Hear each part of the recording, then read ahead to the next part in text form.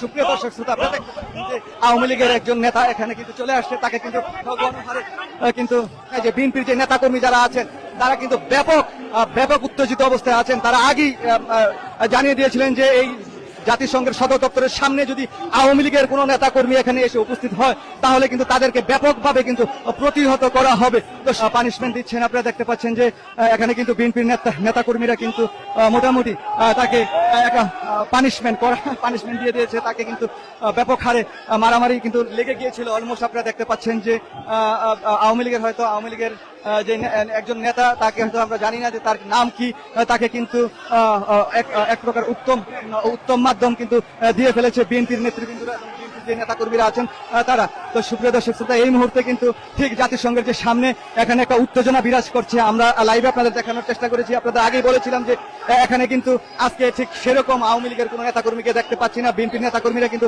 ব্যাপকভাবে উত্তেজনা বিরাজ করছেন। আপনারা যদি একটু দেখে আপনারা দেখতে পাচ্ছেন যে ঠিক পুলিশ ব্যারিকেড দিয়ে রাখছেন এবং আওয়ামী লীগের যে নেতাকর্মী